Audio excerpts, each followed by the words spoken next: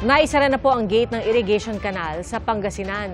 Nasanhi umano ng flash flood sa ilang bahagi ng bayan ng Umingan. Halos 300 bahay ang apektado. Saksi, si CJ Torida ng GMA Regional TV.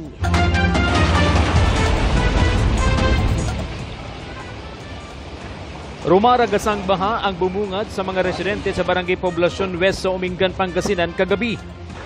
Sa lakas, halos tangayin na ng baha ang ilang residente. Pero ang ilang sasakyan, gaya ng motorsiklong ito,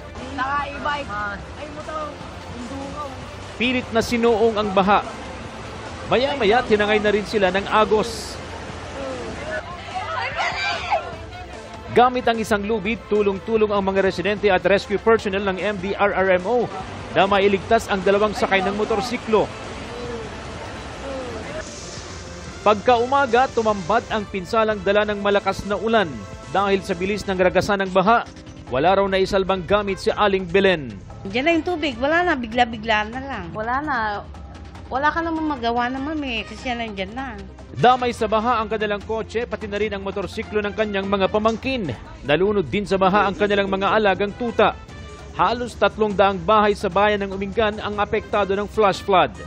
Nagtataka ngayon ang mga residente sa biglaang pagbaha dahil noong 2009 pa nang huling bahain ang ilang barangay sa Umingan. Sa investigasyon ng lokal na pamahalaan, hindi na isara ng mga opisyal ng barangay Masiil-Siil ang gate ng irrigation canal. Late na rin daw nilang nabuksan ang main gate ng Banila River Irrigation System sa barangay Masiil-Siil. Since medyo nagkapondo na po ng tubig doon sa ating river, malakas na po yung buhos doon, and then yun nga po nakasara dun sa main gate po natin. So lahat po ng buhos or flow ng tubig po natin ay going dito sa Masiil-Siil na irrigation canals. And nabanggit din po kanina na yung track po niya or yung flow niya po is going po dito sa poblasyon. Lampas tuhod na baha rin ang naranasan sa Barangay Rahal sa bayan ng Balungaw. Kaya ang ilang bahay pinasok ng baha.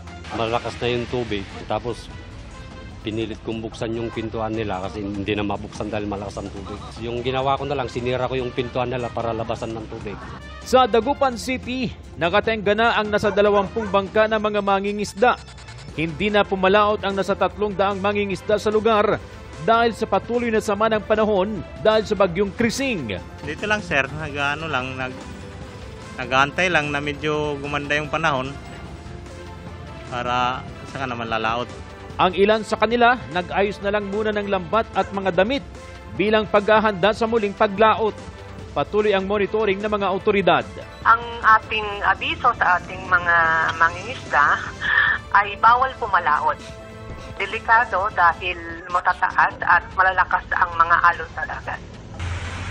Nakaranas din ng pag-ulan at makapal na hamog kaninang umaga ang La Trinidad Benguet dahil sa habagat na pinalala ng bagyo.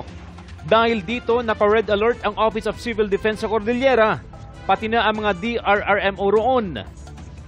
Sa Tumawini, Isabela, ilang maisan at palayan ang nadamay sa baha. Ayon sa ilang magsasaka, masisira na ang mga tanim kaya lugi na ang iba sa kanila. Matumal din ang bentahan ng mga gulay. Sa Ilagan City, ilang residente ang namataang namimingwit ng isda sa kabila ng bagyo. Para sa GMA Integrated News, ako si CJ Torida ng GMA Regional TV, ang inyong saksi.